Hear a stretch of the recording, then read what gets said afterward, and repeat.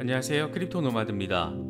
비트코인 시장은 비트코인 시장대로 또 주식 시장은 주식 시장대로 여러모로 어려운 12월을 맞이하고 있는 그런 모습입니다. 비트코인은 장중 57,000달러를 뚫어내면서 나름의 회복세를 보이기도 했었지만 미국에서 고용 쇼크가 찾아들자 다시금 흔들리는 모습을 보이면서 53,000달러 전후로 후퇴한 상황입니다. 선물 시장 역시 폭락세를 보였습니다. 미국 증시도 마찬가지로 하락 마감하면서 자본시장 전체가 큰 변동성의 중심을 경험했습니다. 11월 일자리 창출이 시장 전망의 절반에도 미치지 못한 게 시장의 충격파로 작용을 했던 겁니다. 테슬라는 물론 애플, 아마존 등 기술주들이 줄줄이 하락하면서 시장의 불확실성을 더 키우는 모습을 확인했습니다. 오미크론 변이에 대한 우려 역시 시장 불안감을 키우는데 한몫을 하고 있습니다. 슬슬 여기저기서 오미크론 변이와 관련된 분석과 전망들이 나오고 있는데 오미크론이 3개월에서 6개월 안에 전 세계를 지배하고 압도하는 세계적인 우세종이 될 수 있다. 이런 전망도 나왔습니다. 감염성과 전파력이 높다는 점에 방점을 찍다 보니까 다소 무시무시한 느낌을 주는 그런 전망들이기도 한데 가장 결정적인 치명률에 대한 정보가 없는 상태에서 이런 공포심을 일으키는 전망들이 이어지면서 자본시장 전체가 크게 흔들리는 것으로 볼 수 있을 것 같습니다. 리플의 경우에는 해외 커뮤니티를 중심으로 12월 6일 폭등 전망이 여기저기서 포착되고 있습니다. 12월 6일은 SEC가 법원이 요구했던 여러 가지 질문들, 핵심 쟁점들에 대한 답변서를 제출해야 하는 데드라인인데 이날 SEC가 제시하는 답변서가 법원의 판단에 큰 영향을 미칠 수 있겠지만 어차피 그 내용이 외부에 공개되는 시점은 최소 12월 6일보다는 조금 더 늦은 시점이 될 가능성이 아주 높기 때문에 12월 6일이 중요한 날이긴 하지만 이날 XRP 폭등 콜 이거는 좀 희망회로에 가깝다 이렇게 볼 수 있을 것 같습니다. 이번 영상에서는 현재 자본시장 전반을 뒤흔들고 있는 쇼크 상황을 집중적으로 살펴본 뒤에 리플 소송 관련 소식 정리해보도록 하겠습니다. 다소 한숨이 나오는 그런 시기이긴 한데 늘 그렇듯 이 또한 지나가리 이렇게 돼 있는 만큼 막연한 불안감으로 시간을 보내며 불안해하는 것보다 시장 상황을 분석하면서 생산적인 시간으로 만드는 게 더 좋지 않을까 개인적으로는 그렇게 생각합니다. 본격적인 시작에 앞서서 좋아요와 구독 또 알림 설정 꼭 부탁드리겠습니다. 더불어 크립토 블라블라 멤버십 후원과 관련해서도 많은 관심과 성원 부탁드리겠습니다. 영상 제작에 아주 큰 도움 된다는 말씀 함께 드립니다. 그럼 시작하겠습니다. 먼저 비트코인 상황입니다. 비트코인은 오미크론 쇼크에서 벗어나서 회복세를 보이며 장중 57,000달러까지 돌파해내는 그런 모습을 보이기도 했었지만 5% 가까운 하락세를 보이면서 53,000달러 전후로 후퇴한 상황 보이고 있습니다. 미국의 고용 쇼크가 자본시장 전체에 악재로 작용했고 여기에 오미크론에 대한 여러 부정적인 전망들이 더해지면서 연말 자본시장의 불확실성을 더욱더 키운 상황입니다. 공포 탐욕지수는 하루 전보다 6포인트 하락한 25를 기록하면서 공포 단계가 극단적인 공포 단계로 악화했습니다. 투자 심리가 크게 위축된 것을 숫자로 확인할 수 있는 겁니다. 비트코인 도미넌스는 여전히 41%대 중반을 오르내리면서 연중 최저 수준에 근접한 상황이 이어지고 있습니다. 현재 비트코인 상황과 관련해서 코인데스크는 비트코인의 모멘텀이 약해지면서 56,000달러 아래로 떨어진 뒤에 53,000달러에서 지지를 받고 있다. 단기적인 과매도 신호에도 불구하고 매수세가 약하다 이렇게 보도했습니다. 그러면서 53,000달러 수준에서 지지를 받으면서 현재의 하락을 안정시킬 수 있다. 일간 주간 차트에서 상승 모멘텀이 둔화되기 시작했는데 이건 상승 여력이 저항선인 6만 달러까지 제한될 수 있다라는 것을 의미한다. 현재로서는 100일 이동평균선이 상승하고 있어서 중기적인 관점에서 상승 추세는 유지되고 있다. 또 일간 차트 RSI가 중립 영역 바로 아래에 자리하고 있지만 11월 26일 과매도 이후에 매수세가 약세를 보이고 있다라고 분석했습니다. 단기간에 확 치고 오를 만한 황소의 뒷심을 기대하기에는 조금은 이르다 이런 취지로도 해석할 수 있는 그런 부분입니다. 코인텔레그래프의 기고가 라케시 우페드히에는 비트코인 시세와 관련해서 황소 세력이 20일 지수 이동 평균인 57,000달러 이상으로 가격을 끌어올리지 못했다. 이건 곰 세력이 20일 EMA 57,000달러를 강력하게 방어하고 있다는 것을 의미한다라고 밝혔습니다.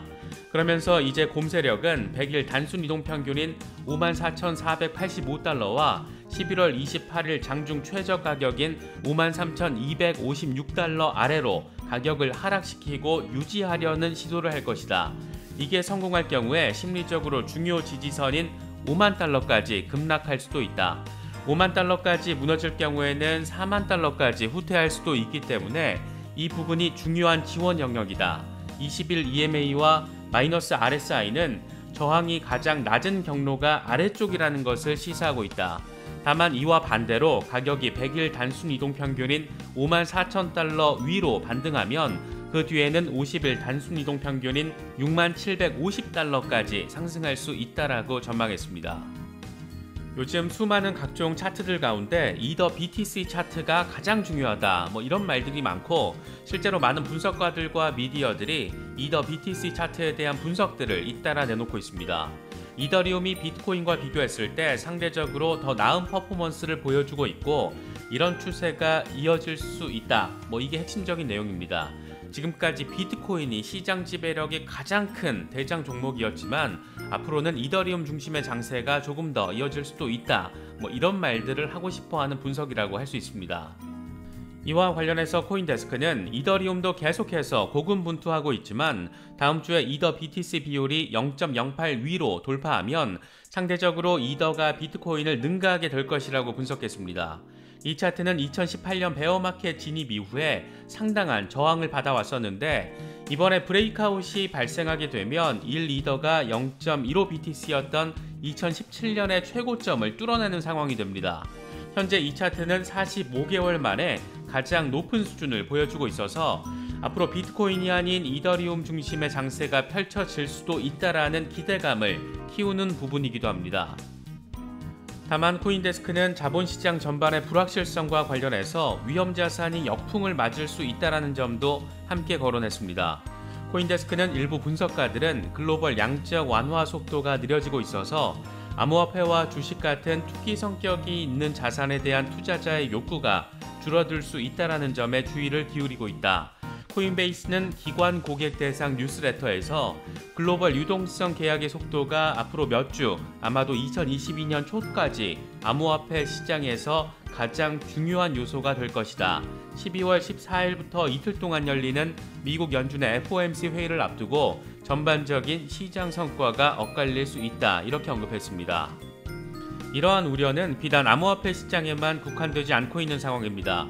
자본시장 전체에 대한 우려이자 공통적인 악재가 시장 전반을 흔들고 있는 그런 상황이기 때문입니다. 뉴욕 증시에서 우량주 클럽인 다우존스 산업평균지수는 전 거래일 대비 60포인트 가까이 하락한 34,590으로 마감했고 S&P 500 역시 40포인트 가까이 하락하면서 4,538.43으로 거래를 마쳤습니다. 기술주 중심의 나스닥 종합지수 역시 2% 가까이 후퇴하면서 15,085.47로 거래를 마쳤습니다. 장기 국채금리 역시 큰 폭으로 하락했는데 미국 10년 만기 국채 수익률은 1.358%로 하락했습니다. 자본시장 전체를 이렇게 뒤흔든 결정적인 계기는 11월 고용 쇼크였습니다. 11월 일자리 창출은 비농업 부문 고용이 21만 명 늘어난 것으로 나타났는데 이 같은 수치는 시장 전망치였던 57만 3천 개의 절반에도 못 미치는 수치입니다. 실업률은 4.2%를 기록하면서 예상치 4.5%보다 큰 폭으로 떨어졌습니다. 최근 쏠쏠한 상승세를 보였던 기술주들 역시 고용 쇼크를 피하지 못했는데 테슬라는 6% 넘게 빠졌고 요즘 상당한 상승세를 보였던 엔비디아도 4.47% 하락 마감했습니다. 애플과 아마존 역시 1%대 하락세를 확인했습니다. 고용 쇼크와 더불어서 자본시장 전반에 불확실성을 키우고 있는 것은 단연 오미크론입니다. 아직 치명률에 대한 명확한 데이터가 나오지 않은 상황에서 감염률 등을 기준으로 한 부정적인 전망들이 여기저기서 제기되기 시작한 그런 상태입니다. CNBC는 싱가포르 마운트 엘리자베스 노베나 병원의 렁회남 박사와의 인터뷰를 진행했는데 그는 오미크론이 3개월에서 6개월 안에 전 세계를 지배하고 압도할 것이라고 주장했습니다. 그러면서 오미크론 변이의 높은 감염성과 전파력을 고려하면 백신이 나올 때쯤엔 모두가 오미크론에 감염돼 있을 것이다. 백신이 빨리 개발될 수도 있지만 진짜 면역력을 제공하는지 알아보려면 3개월에서 6개월은 걸린다. 면역 제공 여부를 증명하기 위해서 이 정도 기간 시험을 해야 한다. 이렇게 덧붙였습니다. 아직 오미크론의 치명률 그리고 기존 백신에 대한 영향력 이런 것들에 대한 분석 결과가 나오지 않은 가운데 영국에서는 감염자 절반 이상이 백신 접종 완료자인 것으로 나타나서 오미크론이 기존의 백신 효능을 무력화시키는 것 아니냐 이런 우려 역시 한층 더 강화된 모습을 보이고 있습니다. 앞으로 일주일 정도 뒤에 추가적인 리서치 데이터가 공개될 것으로 기대되고 있는 가운데 한동안 오미크론 이슈는 자본시장 전반의 불확실성을 강화시킬 주요 요인 가운데 하나가 될 것이라는 점은 점점 더 명확해지는 것 같기도 합니다. 암호화폐나 주식시장 자체의 문제가 아니라 글로벌 외부 충격이 발생해서 유동성, 변동성이 커진 상황이라는 점 참고하셔서 각자의 스탠스에 맞는 대응 전략 마련하시면 더 좋을 것 같습니다. 최근 해외 리플 커뮤니티에서 12월 6일 XRP가 폭등할 거다 이런 전망들이 꽤 많이 등장하고 있습니다. 12월 6일은 SEC가 법원이 요구한 이번 소송과 관련한 핵심 쟁점들에 대한 답변서를 제출해야 하는 데드라인인데 이날 답변 주제들이 워낙 예민한 부분들이어서 법원의 판단에 적지 않은 영향을 미칠 수 있는 그런 계기가 될 것으로 전망되고 있습니다. 법원은 지난 10월 SEC의 XRP 판매가 투자 계약에 해당하는 이유가 뭔지 명확히 밝히도록 명령했습니다. 또 리플이 XRP 가격 상승에 주도적인 역할을 했다고 보는지에 대해서도 답변서 제출을 요구했습니다. SEC가 왜 리플을 상대로 소송을 제기했는지 그 근거를 법원이 묻고 있는 것인 만큼 SEC가 얼마나 논리적인 또 상식적인 답변을 내놓을지가 관건입니다. 다만 현재 SEC는 어떤 기준으로 소송을 제기했는지 명확한 근거를 제시하지 못하고 있는 상황인 만큼 기존의 스탠스와 다른 큰 변화 지점을 제시할 가능성이 얼마나 높을지 회의적입니다. 이런 부분이 명확했다면 진작에 SEC의 승리로 소송이 마무리됐을 것이기 때문입니다. 하지만 지금 계속해서 소송 기한을 연장하고 시간이 더 필요하다라고 주장하는 것은 리플이 아니라 SEC라는 점, 이런 점도 상당한 시사점을 안기고 있는 그런 상황입니다. 결국 12월 6일은 핵심 쟁점에 대한 SEC의 답변서가 제출되는 날이어서 의미가 상당히 큰 날인 것은 분명하지만 이날의 답변서 내용이 곧장 공개되는 것은 아니기 때문에 12월 6일에 XRP가 폭등할 것이다. 이런 취지의 전망은 다소 희망회로에 근거한 것이라고 볼 수 있을 것 같습니다. 물론 폭등하면 홀더 입장에서 더할 나위 없이 기쁘겠지만 막연한 희망회로에 대해서 기대감을 키우면 대부분 실망감으로 전환되는 경우가 더 많은 것 같습니다. 이런 가운데 게리 겐슬러 SEC 위원장이 비트코인 현물 ETF 승인 거부와 관련해서 입장을 내놔서 주목받았습니다. 그는 비트코인에 대한 규제와 감독 부재는 사기와 조작 가능성에 대한 우려로 이어진다라면서 비트코인 현물 ETF에 대한 우려를 밝혔습니다. 그러면서 캐나다와 유럽의 규제 기관들이 현물 ETF를 승인했지만 미국 SEC는 연방증권법에 따라서 적용 가능한 법적 기준과 절차를 확인하고 있다라고 덧붙였습니다. 지금까지 ETF와 관련한 추세를 보면 캐나다와 유럽에서 우선 출시가 되고 이후에 미국에서 승인하는 방향으로 이어져 온 만큼 아마도 현물 ETF의 경우에도 비슷한 방식의 시차두기 방식으로 승인되지 않겠냐 이런 전망들이 좀 더 우세한 것 같습니다. 자본시장 전반이 불확실성에 둘러싸인 모습을 보이면서 과연 12월 연말 랠리가 예상처럼 또 기대만큼 발생할지 불투명한 상황이 되어버린 것 같습니다. 물론 이런 변동성의 크기가 아래로 향하더라도 어느 순간 또 위로 급반전이 이루어질 가능성도 충분히 존재하는 만큼 전반적인 또 거시적인 시장 상황도 잘 체크하시면서 각자의 전략에 맞게 대응하시면 더 좋을 것 같습니다. 이번에 준비한 영상은 여기까지입니다. 영상이 도움이 되셨다면 좋아요와 구독 또 알림 설정 꼭 부탁드리겠습니다.